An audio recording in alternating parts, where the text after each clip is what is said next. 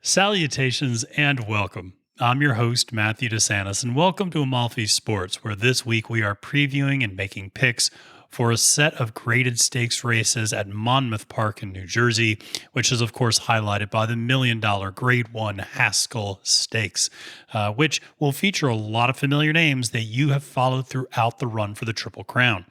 But I'll also be previewing and making picks for two other graded stakes races, the Grade 1 United Nations Stakes, as well as the Grade 3 Molly Pitcher Stakes, which will precede the Haskell at Monmouth on Saturday. Of course, Saturday, July 17 is a huge day in racing across the Northeast, as this is the opening week at Saratoga, and I will have a separate video that you can watch where I preview and make picks for the opening weekend there, and specifically the Grade 1 Diana Stakes, which is perhaps one of the premier turf races in the country, and the Grade 3 Sanford Stakes for up-and-coming 2-year-olds. Very exciting stuff. And you can get the videos by going to the Amalfi Media YouTube channel and subscribing to make sure you get all of our weekly handicapping videos. We have so much we're going to be coming at you this summer. We have interviews lined up with people in the horse racing business. We have these picks and previews that we'll be doing on a weekly basis. So much content. We're going to be heading out to Del Mar here in a little bit, out to California. So a lot of different races, a lot of different racetracks, and best way to follow up with all of this is to follow us on YouTube at Amalfi Media. So I wanted to thank all of you for doing that already, for those of you who have, and we're growing every single day. Really appreciate it. You can find me on Twitter at my horse racing handle at Failed to Menace. One of the great notes, in my opinion, on any daily racing form, at Failed to Menace. And you can send me your thoughts on these videos and my predictions and picks. I'd love to hear back from you for those. So we are, like I said, previewing the races at Monmouth on Saturday, the Molly Pitcher, the United Nations, and the Haskell Stakes. But before we get into those, I wanted to start with some general racing news that affects what's taking place in New Jersey on Saturday. The first thing, and the biggest thing by far, is that the New Jersey Racing Commission has passed, last year actually, a no whip rule, where jockeys cannot use a whip except for safety reasons. If they do use a whip, it can result initially in a $500 fine. That fine will continue to get doubled as they are in violation of it, if they're in violation multiple times, and they could eventually lead to the forfeiture of jockey earnings as well. So this is something to keep in mind, and a lot of jockeys were very vocal in their opposition to it. A lot of times, if you've watched races, if you watch races regularly, some jockeys have a tendency to go to the whip a little bit more than others. Some horses need a little bit more prodding to race. But a lot of times, you see them go to the whip maybe 5 or 6 times. But a lot of times, if you're watching them down the home stretch, what you're watching is the jockeys are waving that crop up by the eyes of the horse just to keep the horse focused in its lane and continue to race. They're not hitting the horse at all, but it's just kind of right alongside the horse's head. Sometimes it can look like they're actually whipping the horse a lot more than they really are. Now, the other part of this is it's not entirely clear how subjective, except for safety reasons, really is for this. And so how do you justify, well, I had to go to the whip for this safety reason as opposed to that? So this is something that it not only pertains to the jockeys, but also the exercise riders at Monmouth Park or anywhere in New Jersey for that matter.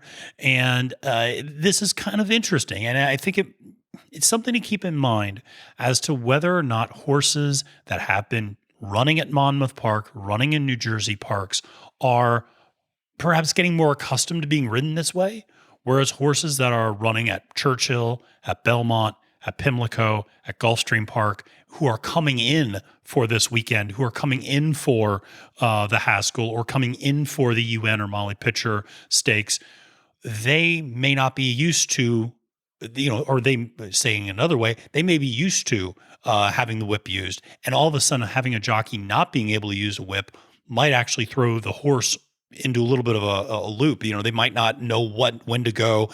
They might not be able to have those other cues. So it is something that just to keep an eye on. It's like I said, it's very unpopular in the state of New Jersey among the riding population. Monmouth was actually worried that there were going to be so many jockeys that boycotted the track that they weren't going to have a sufficient number of jockeys and riders for the races. That ended up not being the case, but I don't think it's a mistake that you really do see most of the top quality jockeys at Saratoga this weekend rather than down at Monmouth.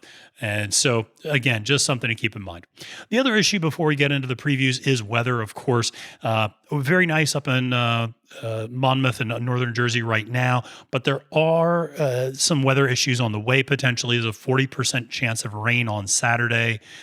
Again, there's been beautiful weather leading up to that. Even if there is a little bit rain, I don't think it should have that much of an adverse effect on the track or on the turf because they've been having relatively dry weather. So I don't expect it to, it's not as if it's, been raining a lot and they had one nice day and now it's raining again, and that can really saturate a track. I think it should be okay, but just something to keep in mind, certainly as you're looking over your racing forms or considering handicapping. So let's get into the races, and let's start with the Molly Pitcher Stakes, which is a grade 3 race. And let's take a look at the field for the Molly Pitcher. And the Molly Pitcher is 1 mile and 1 1/16 on dirt, and it's for 3-year-olds and up who are fillies and mares. So it's for the ladies. We have a very interesting field. I'll go through most of this field horse by horse, maybe not every horse because there are a couple that I don't think are that prevalent in the race. So in post position number 1, we have Our Super Freak, trained by Cherie DeVoe and jockeyed by David Cohen. We have then in the 2-hole, Mrs. Danvers, very intriguing horse, trained by Claude McGoffey the third and jockeyed by Paco Lopez. In the 3rd hole, we have Vault, trained by very famous Brad Cox, who won the Belmont, and jockeyed by Tyler Gaffleone. In 4th, we have Thankful, trained by Todd Pletcher and jockeyed by a very hot rider, Flavion Pratt. In the 5-hole, we have Bank Sting, trained by John Terranova and jockeyed by Michael Sanchez. In 6, we have Bajan Girl, which is trained by Rohan Crichton and then jockeyed by Florent Giroux. In the 7-hole, we have Water White, not Walter White, for those of you who are Breaking Bad fans, Water White, trained by Rudy Rodriguez and jockeyed by Hector Diaz Jr. And then in the 8th hole, we have Reina La Kelsey, which is trained by Melvin Ovando and jockeyed by Tomas Mahita. And then in the 9th hole, the final horse, we have Graceful Princess, trained again by Todd Pletcher, who has 2 horses in the race, and jockeyed by Joel Rosario. So this is a very stacked field for a little bit older fillies and mares. And 1 mile and 1/16, not a very long race, but it is one that will test their endurance because of the quality of the field. And you have a lot of really good horses in this race. There's not a horse that really stands out that screams to be the favorite. And I think you see that reflected in the odds. No one horse is going off at like a 6-5 or an 8-5. Vault is currently the favorite, going off at 7-2, or a co-favorite with Mrs. Danvers, who's also at 3-1. I'll talk about both those horses a little bit. But let's start by talking about Our Super Freak, who's going off at 5-1. Solid horse, very consistent. You look at their speed numbers, pretty much so hits the same number just about every single race. Lost to Vault and Water White last time out.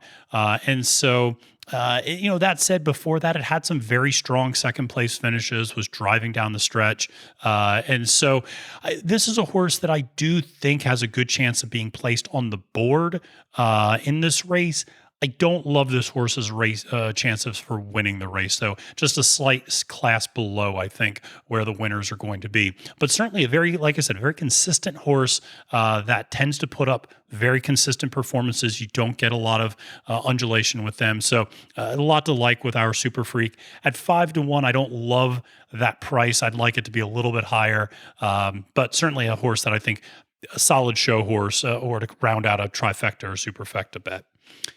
In the 2-hole, Mrs. Danvers, this is an intriguing horse. This is a horse that has had the best number in the speed number in the field. had a 102 buyer speed number, which blows away anybody. Nobody's close to that in the field. If Mrs. Danvers runs that race, fantastic. The thing is, Mrs. Danvers never ran that race before and has never run that race since. And that race was last year. She was at a very high level last year. And this year, in the races that she's had, she just has not regained that form. Her buyer speed numbers are down about 15 points from her high, if not more than that in some cases. So she's a horse that I feel like people are looking at that 102 buyer speed number and thinking, wow, this horse, can blow away the field if she runs her race.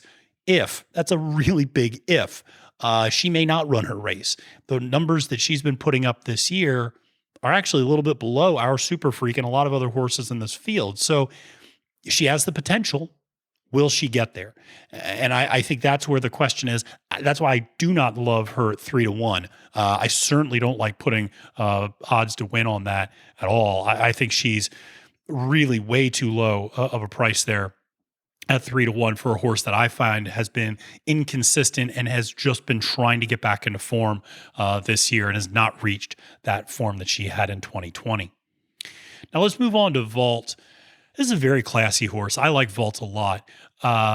Got beat by a very, very good field at the Fleur de Lis last time out. That was a very high-level competition. Lost to Latruska, who just dominated the Stephen Foster and really strong horse at the Stephen Foster Day at Churchill a couple weeks ago. Antoinette, Envoutante.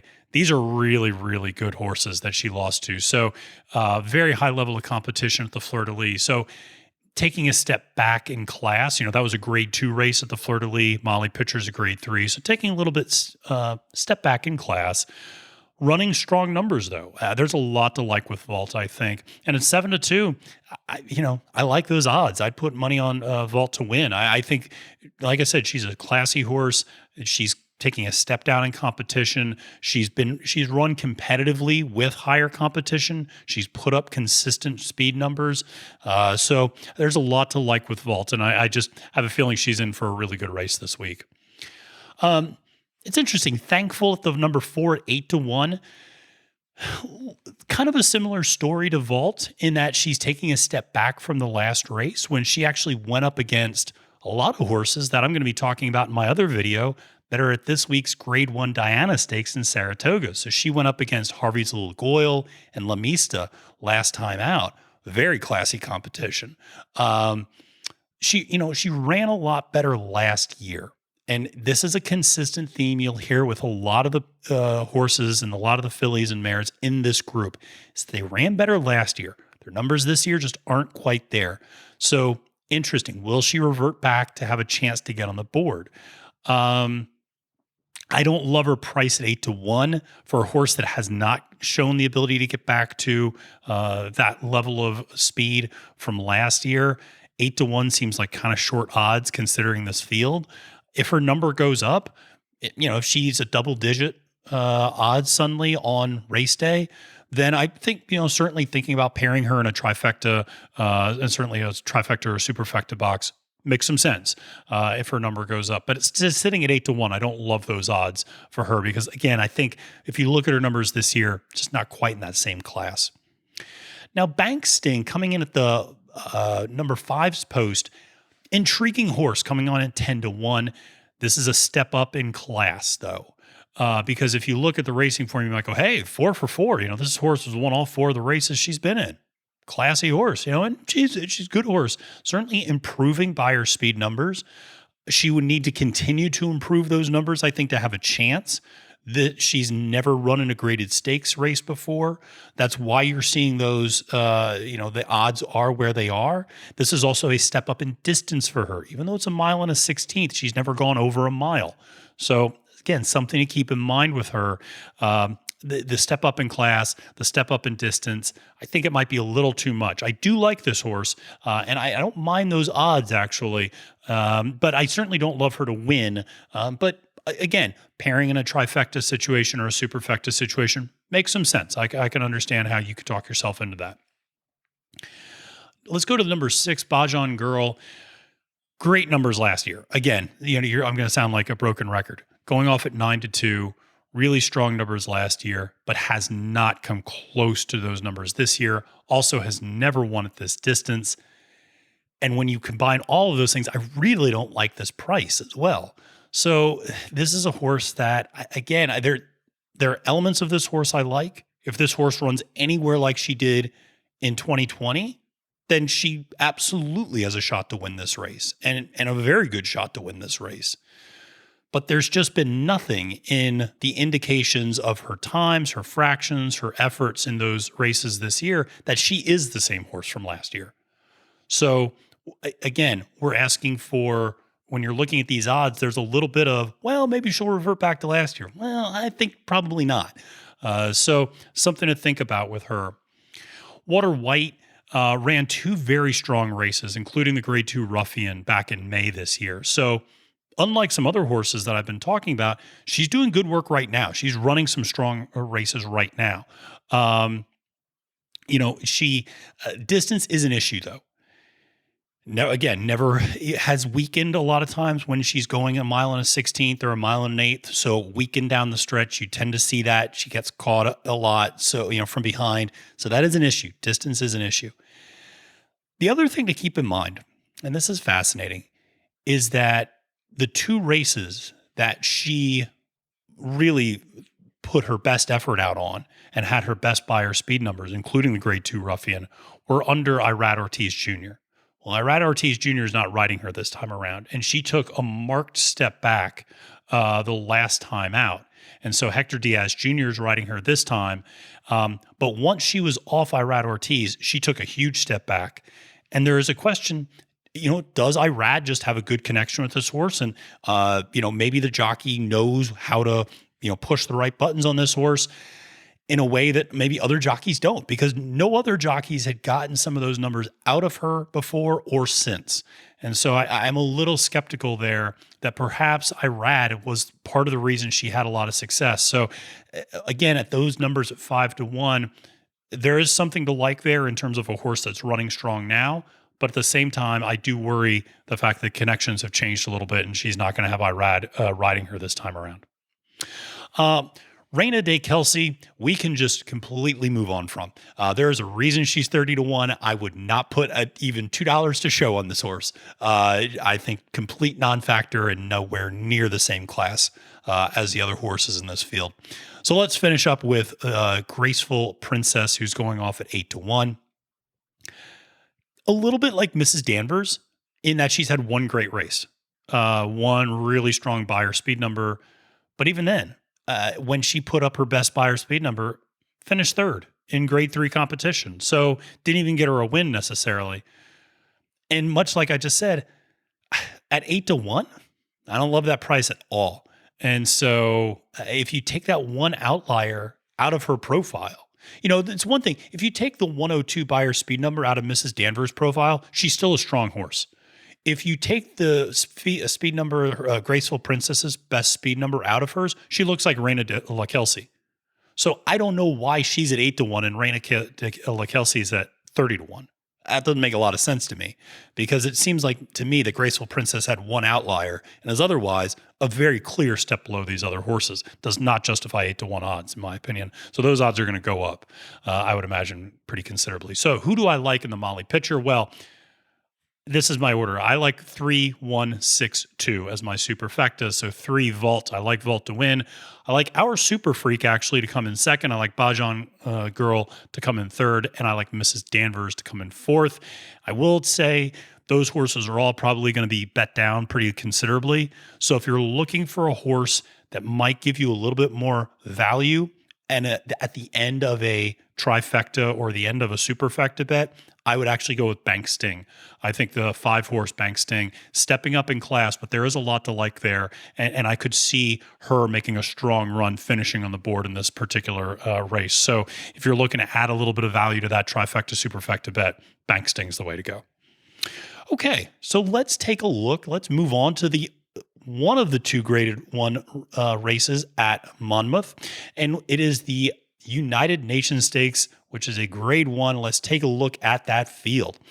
This is a 1.3 miles on turf for 3-year-olds and up. And we have a large field. I'm not going to go over every one of these horses in detail like I did for the Molly Pitcher. But just to run through it, you have Arklow, trained by Brad Cox and jockeyed by Florent Giroux.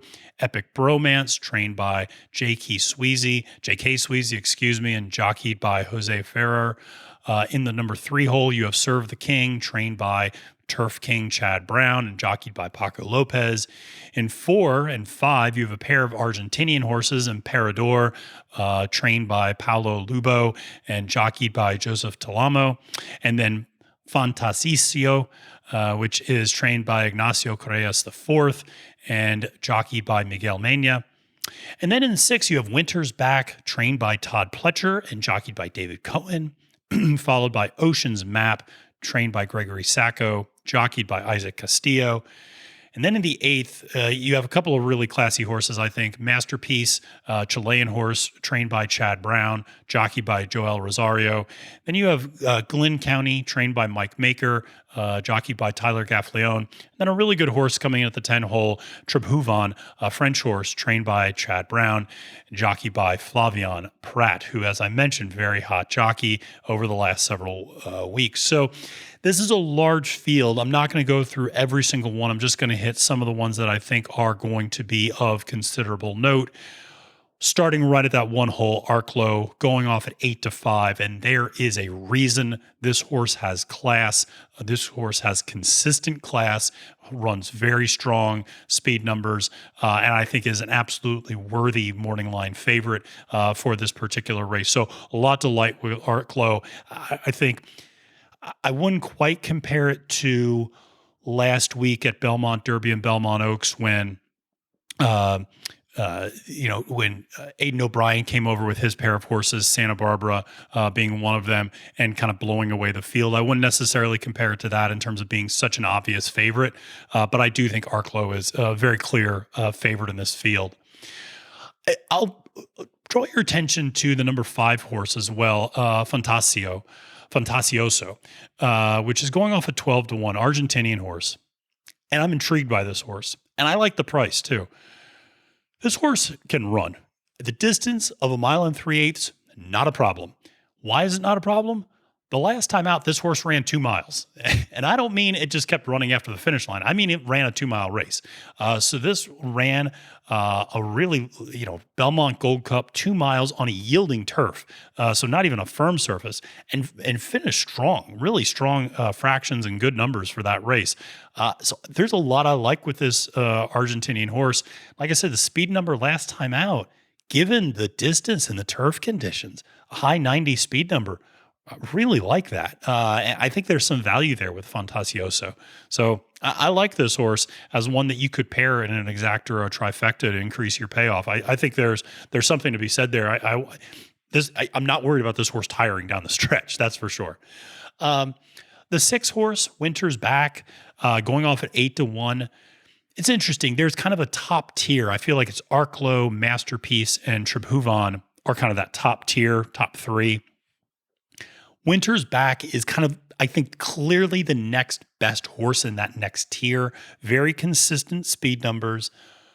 This is a step up in competition and distance, which is why I don't love the price for Winter's Back. In my opinion, Fantasioso actually offers better value and a better chance.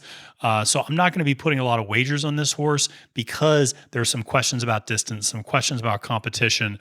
And so while the speed numbers are consistent, they're nowhere near enough to, I think, get on the board in this particular race. So let's go to the other 2 major favorites, Masterpiece and Trebhuvan. We'll hit Masterpiece first, going off at 4-1. Let me tell you something at first. I love that price. I think this is a horse that's put up some monster plus 100 buyer speed numbers. This is a Chad Brown horse on turf. There's a lot to like there. The reputation precedes it. It will be interesting to see how much this gets bet down. Sometimes there is a Chad Brown effect where people just see Chad Brown horse on turf and just go, well, I'm going to put $2 on it. And so there's some concern that number is going to go down quite a bit. But at 4-1, I like that a lot. Now, Masterpiece has not done the distance, But that said, if you look at the pedigree, it would indicate that that's not going to be a problem. So whereas I do have some issues with Winter's Back, I don't have some of those same issues with Masterpiece. Tribhuvan, the final horse that I'll preview in the UN Stakes, improving numbers since coming over from Europe. So there's no reason to think that this horse is going to regress. A lot of times horses, when they come over from Europe, that first race maybe is a little bit of a question mark, but they tend to see those numbers increase. We've seen that with Tribhuvan. Change of jockey, and there's been a lot of change of jockeys with this horse. But honestly, Flavien Prat is as hot as anyone these days, so I don't really see that as a major issue. I think the question is, sometimes Tribhuvan has a tendency to charge to the front and be the pace and can tire a little bit. And this happened back in Europe a couple times when Tribhuvan was running at 1.5 miles. Now, this is 1 3/8 miles, but pretty close to 1.5 miles. So I think that there's some, at least in my eyes, there's some concern. Will Tribhuvan try to get out early and run that pace? Flavien Prat does like to get out fast too a lot of times. So this is a horse I do worry about whether she gets tired, and there's enough other class in this race with Arklow and Masterpiece, and I even think Fantasioso, that if he starts to give up a little bit, then I feel like the other horses have a real chance to take over. So who do I like betting in this? Well, I like a 1, 8, 5, 10 superfecta, and so I like Arklow to win, Masterpiece to finish second, Fantasioso. I like this horse. I have a feeling it's going to come in on the board at third. And then Tribhuvan, I think will probably lead for most of the race. I just have a feeling she's going to get passed down the stretch. Could be very, very close between, I would say, second, third, and fourth, I think. So it could be, any something there. So I don't have a strong, I'd probably box that if I were you.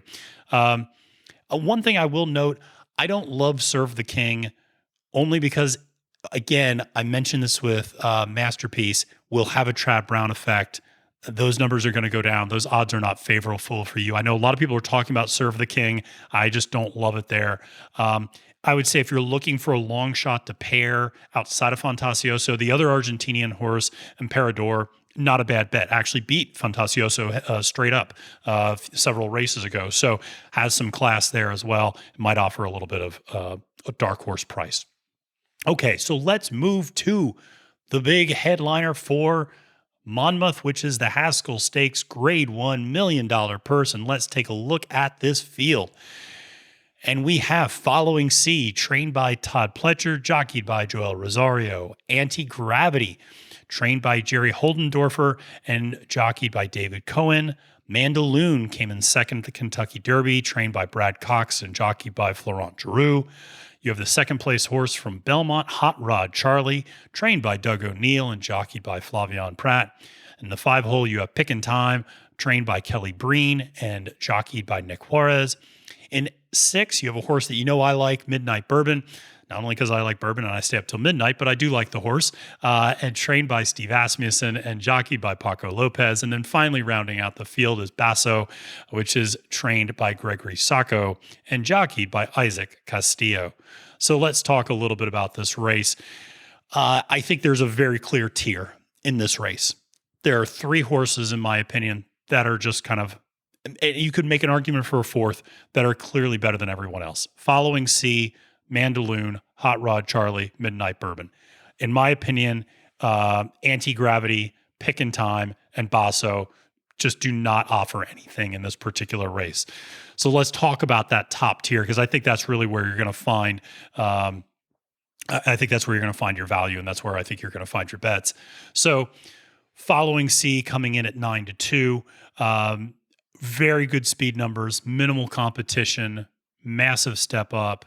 Has won the last 2 races, but they were both maiden special weights and allowances, and they were much shorter distance. As I mentioned, the Haskell's 1 1/8 miles on dirt.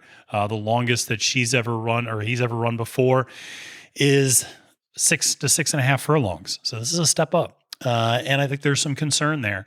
Now, we'll see. But like I said, this is something that might be of concern and of note. So there's something at 9-2. I don't love Following Sea, although I think that depending on how she gets bet, there might be some value there later in the day. Mandaloun, I do not. I like Mandaloun as a horse. I thought it was a very game performance at the Kentucky Derby. She came back and won the Pegasus as well against an okay field, but didn't blow away the competition. I do not like her odds at 2-1. I see absolutely no reason he should be 2-1. Mandaloun is a good horse, but there is a reason that Mandaloun went off at 26-1 going into the Kentucky Derby. And also, if you look at that Pegasus race, it didn't blow away the field, looked tired by the end, got caught by Weyburn. And I mean, if that had been another, 100 yards, probably would have lost. So Mandaloun had a good performance, had a nice burst initially at Pegasus, but again, kind of weakened down the stretch. Now, did the horse lose a little bit of focus perhaps because, he thought he was clear of the field? Maybe. That's possible. But like I said, certainly one of the classier horses in the race, and there's a reason that he's in that top tier. He should be in that top tier. But again, I just don't love him at this price. So that's kind of my thoughts on Mandaloun. Hot Rod Charlie going off at 6-5, the betting line favorite, and rightfully so. This is a horse that was third at the Kentucky Derby, second at the Belmont, won the Louisiana Derby. This horse ran one of the best races I've ever seen at the Belmont. And the only reason it didn't win is because Essential Quality ran just that much better of a race. Essential Quality is an incredibly impressive horse, which we will be previewing later this summer. I believe at the Jim Dandy is where we'll expect to see Essential Quality again. But Hot Rod Charlie he ran a 106 Beyer speed number in that race. And the other thing about this, he is the speed in this race. Hot Rod Charlie went out and ran the fastest opening quarter of a mile ever at the Belmont. And he held up remarkably well at 1.5 miles. Okay. So he went out at a blistering pace for 1.5 miles race, an unprecedented pace at the Belmont, kept up that pace, and finished a very game second to an incredible horse in Essential Quality who is not running this week. And the two of them lapped the field. I mean, they were clearly the class of that. This is now at 1.125 miles. I don't see any reason why Hot Rod Charlie should not be running wire to wire. And I love that Flavien Prat's on Hot Rod Charlie, got a great race out of him at Belmont. He has not raced since Belmont. So that's the other thing. A little fresher than Mandaloun. Obviously, that was a big race. So he'll have about 6 weeks off in between races, which is nice. Final horse in this race I'll mention is Midnight Bourbon. Finished second at the Preakness. Has been had laid off since, so very fresh in all likelihood. Change at jockey, but I don't see that making a huge difference between this horse, which is at 9-2, and Mandaloun, that's at 2-1. Again, from a betting standpoint, I just don't see a huge gap between Midnight Bourbon and Mandaloun. And I don't see why one is at 2-1 and one is at 9-2. That doesn't make a lot of sense to me. I think there's a lot of value with Midnight Bourbon, and that's where I would go. So betting this, I would say I would bet the 4-6-1-3. I like Hot Rod Charlie to win. I like Midnight Bourbon to place. I like Following C to show. And I like Mandaloun to come in fourth and round it out. And I do think it's going to be a 4-horse race. If you're looking for something from those other horses, maybe Anti-Gravity, I would say, offers something. I'd say Anti-Gravity probably more so than the other two, more than Basso and Pick and Time. But I really do think this is a 4-horse race, and I just think Hot Rod Charlie is the very clear class of this 3-year-old crop that's racing at the Haskell at Monmouth. So that is it for today, but remember, you can tune back next week. We come back every week with these as we go across the pond. That's right. We're going to jolly old England. They're having the British Open this week. They just had their hearts crushed in the Euro Cup by my Italians.